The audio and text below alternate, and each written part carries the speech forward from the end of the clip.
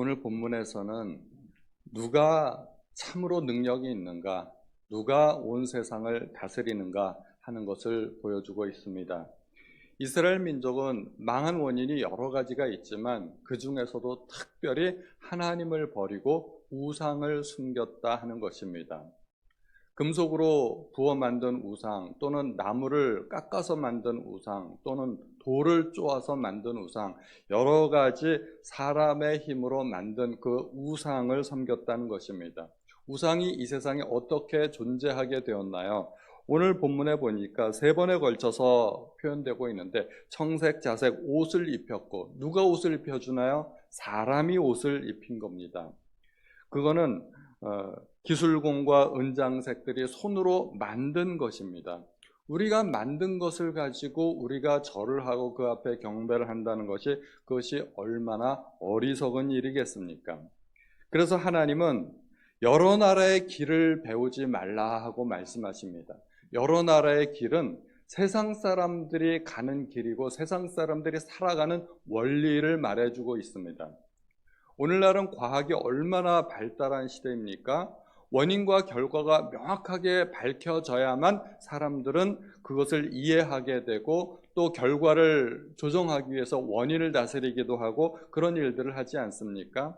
지금은 우주에 대해서 그 원리를 밝히려고 하고 있고, 눈에 보이지 않는 작은 원자 세계까지 사람들이 파헤치고 있는데, 그런데도 불구하고 지금도 사람들은 여전히 미신적인 것을 믿고 따지고 또 두려워한다는 것입니다. 열방의 길이 바로 우상 숭배의 길이고 망하는 길입니다. 열방은 하늘의 징조를 두려워합니다. 이방 종교의 힘은 어디에서 오는 것일까요? 그것은 바로 두려움입니다. 그래서 세상 사람들이, 미신을 믿는 사람들의 말을 들어보면 여러 가지 두려움을 조장하는 그런 말들을 합니다. 3가지 재앙이 있다는 등, 흔히 삼재라고 이야기를 하죠. 올여름에는 물을 조심하라는 등, 그거야 누구나 하는 말 아니겠습니까? 살이 끼어 있다는 등, 역마살 그런 얘기하지 않습니까? 망할 징조가 있다는 등. 그래서 두려움과 공포를 조장합니다. 그것이 이방 종교의 힘입니다. 그러므로 재앙을 피하기 위해서는 어떻게 해야 된다고 이야기하나요? 구술해야 된다는 것이죠. 아니면 부적을 써준다는 것입니다. 그래서 재앙을 피할 수 있다는 것입니다. 이방 종교인들이 그렇게 재앙과 두려움을 강조하는 이유가 무엇일까요? 한마디로 이야기하자면 돈을 벌기 위함입니다. 두려움을 조장해야, 그런 공포 분위기를 조성을 해야 사람들을 지배하게 되고, 내가 그 길을 피할 수 있는 방법을 알려주겠다 하고 돈을 벌 수 있기 때문입니다. 가끔마다 길 가다 보면 각 신 내린 보살 이런 것들이 써 있더라고요. 그러면 신이 내렸으면 그 신의 능력으로 사람들을 도와주기 위함일까요? 그들의 목적은 딱 한 가지입니다. 돈입니다. 돈. 두려워할 필요가 전혀 없습니다. 제가 어떤 목사님 설교에서 들은 이야기인데요. 어느 기도원에 가서, 기도원은 기도하는 곳 아닙니까? 어떤 여집사님이 기도를 열심히 하는데, 기도를 마치고 나니까 원장 목사님이 그 여집사를 바라보면서 여집사에게 가까이 가서 이렇게 이야기를 했답니다. 남편에게 재앙이 닥칠 거라고. 자기가 딱 보니까 남편에게 재앙이 닥칠 것이라는 예언을 자기가 받았다는 것입니다. 그러니까 그 집사님이 얼마나 기겁을 했겠어요. 기겁을 하고 어떻게 하면 좋겠습니까? 상담을 했는데 그 원장 목사가 자기가 중보 기도를 해주면 그 재앙을 피할 수 있다고 했답니다. 얼마나 좋은 일입니까? 그 중보 기도 해주겠다는데 좋은 일입니다. 그런데 내가 중보 기도 해주는데 200만 원이 필요하다고 했답니다. 이게 완전히 점쟁이 하는 짓 아니겠습니까? 정말 목사라는 호칭을 붙여야 맞을지 모르겠습니다. 이것은 아주 전통적인 점쟁이들이 하는 짓입니다. 첫 번째, 공포를 주고, 두 번째, 해결책을 제시하고, 세 번째, 돈을 요구하는 것입니다. 아주 공식입니다. 그러므로 돈을 요구하는 어떤 행위라도 여러분들은 믿으시면 안 됩니다. 누구라도 우리를 위해서 또는 나를 위해서 중보기도 해주겠다고 그러면은 감사하면 됩니다. 그런데 혹시 돈이 개입된다? 절대로 믿지 마시기 바랍니다. 하나님은 세상에 그 어떤 우상적인 것도, 미신적인 것도, 화를 주거나 복을 주지 못하니 두려워하지 말라고 말씀하십니다.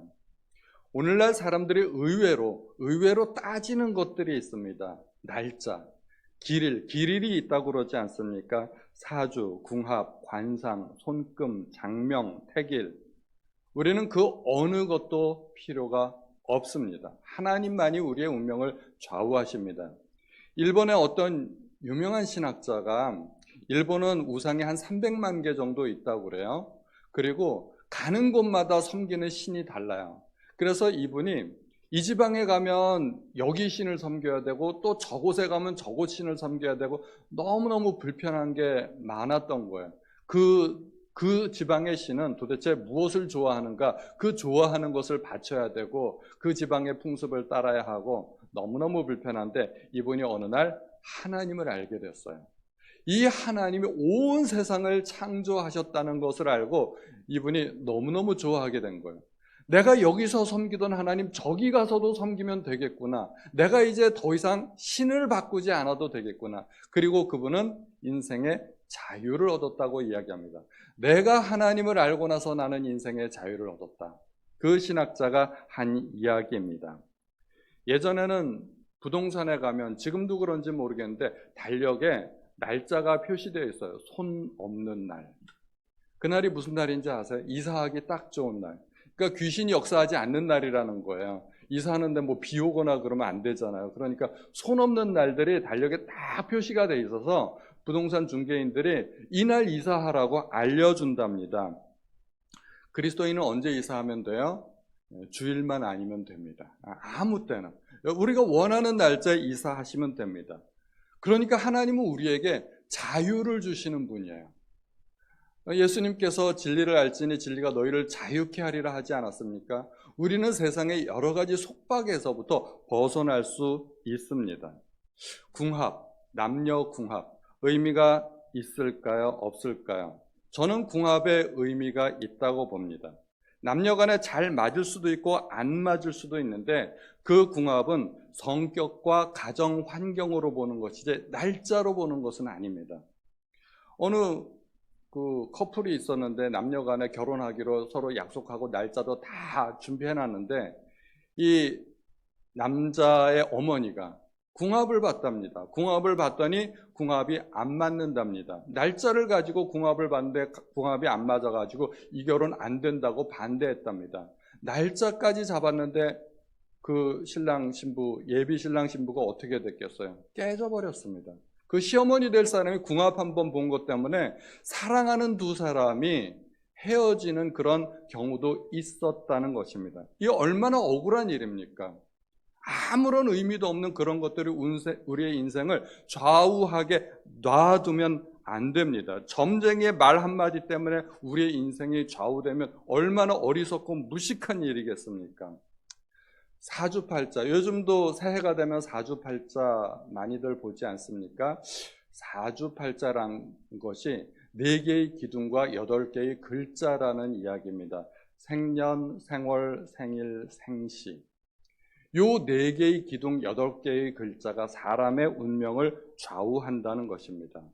그러면 쌍둥이는 운명이 똑같을까요?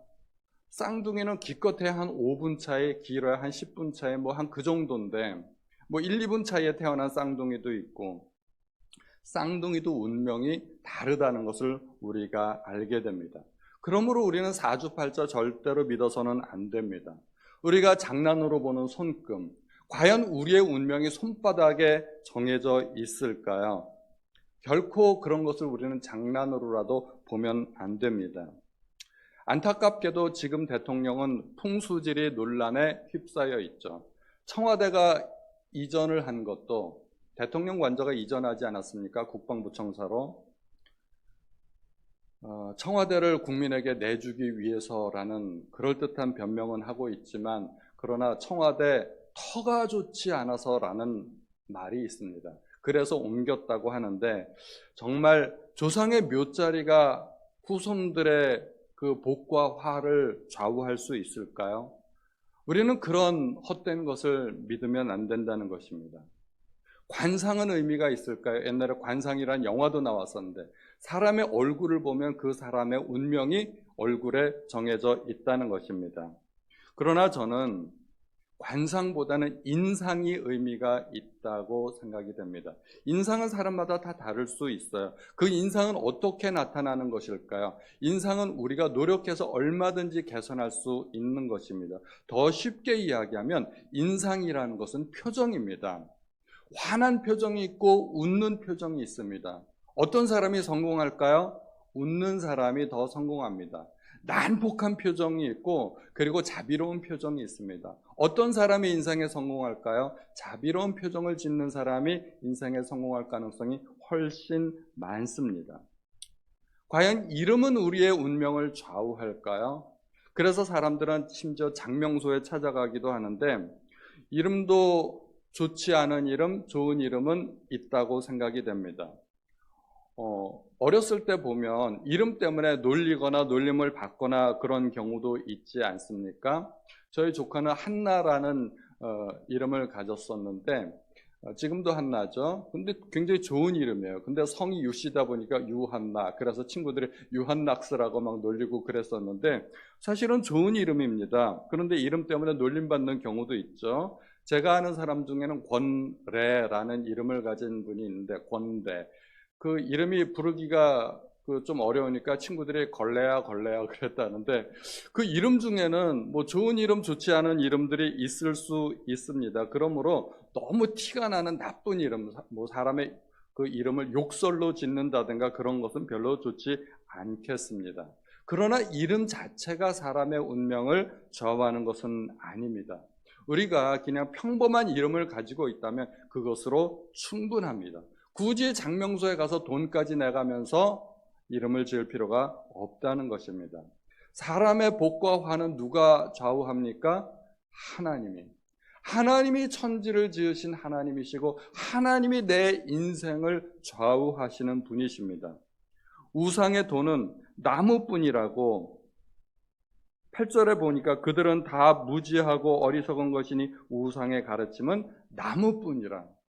그냥 나무 깎아서 만든 것인데 아무런 의미가 없는데 그것을 아궁이에 집어 던져 넣으면 땔감이 되는 것이고 우리가 도구로 만들면 책상도 되고 의자도 되고 그 앞에서 절을 하면 우상도 되고 우리가 어떻게 사용하느냐에 따라서 달라지는 것입니다. 그것은 사람이 만든 것입니다.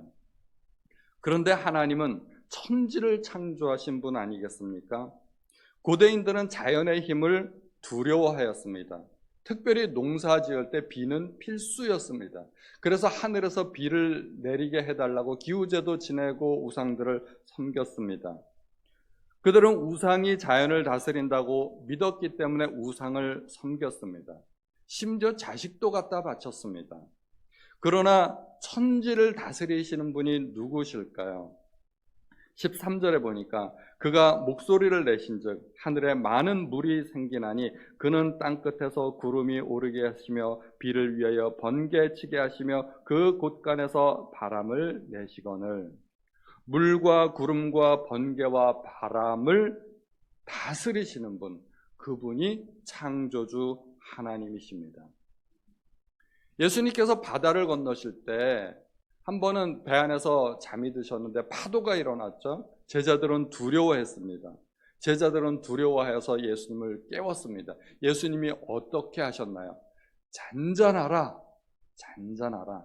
바람과 파도를 향해서 딱 한마디 하셨는데 그 한마디에 바람과 파도가 잔잔해졌습니다. 그래서 16절 마지막 절을 보면 야곱의 분깃은 이같이 아니하시니 그는 만물의 조성자요. 이 조성자라는 말이 창조주라는 말입니다. 만물의 창조주 그분이 바로 하나님이시라는 것입니다. 이스라엘은 그의 기업의 지파라 그 이름은 만군의 여호와시니라. 우상을 숭배하면 어떻게 됩니까? 두려움에 빠지게 됩니다. 세상에 헛된 것들을 섬기게 되기 때문에 세상에 사람이 만든 여러 가지 이론, 사주팔자, 손금, 관상, 장명 뭐 이런 헛된 것들 때문에 두려움에 빠지게 됩니다. 그러나 진리는 우리를 자유케 됩니다. 우상을 섬기면 또 어떻게 됩니까? 14절에 보니까 사람마다 어리석고 무식하도다. 은장이마다 자기의 조각한 신상으로 말미암아 수치를 당하나니.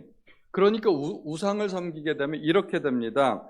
공포에 떨게 되고 어리석고 무식하고 수치를 당하게 됩니다. 예전에 제가 알던 친구 하나가 그렇게 점을 보러 다니는 친구가 있어요. 이 친구가 교회 친구입니다. 저랑 같이 교회 다니면서 열심히 신앙생활하는데 근데 그렇게 점을 보러 다니더라고요. 막 점을 여러 군데 보러 다니면서 나중엔 저한테 하는 말이, 야 승희야, 왜 점쟁이들이 하는 말마다 다 틀리냐? 그 다 틀리지. 그 어떻게 똑같겠냐. 성경은 오직 한마디만 하니까 성경만 믿어. 하나님만 잘 섬겨. 근데 이 친구가 여전히 그렇게 점을 보러 다니더라고요. 그리고 나서 나중에 또 하는 말이, 점쟁이들 하는 말 다 쓸데없더라. 한마디로 안 맞더라 하는 거예요. 그러더니 나중에 또 다른 용하다는 점들이 또 찾아가고, 이게 버릇인가 봐요. 이게 한 번 빠지면 헤어날 수가 없는 것 같습니다. 결국은 수치를 당하게 됩니다. 그래서 성경에서는 뭐라고 이야기합니까? 여호와를 경외하는 것이 지혜의 근본이요 거룩하신 자를 아는 것이 명철이라고 잠언에 말씀하고 있습니다. 지혜는 뭘까요? 지혜는 올바로 선택할 수 있는 능력입니다. 뭔가 우리가 선택의 기로에 섰을 때 잘못 선택하면 우리의 인생에 화를 당할 수 있습니다. 올바로 선택해야 우리 인생에 복이 찾아옵니다. 그러므로 지혜는 올바로 선택할 수 있는 능력입니다.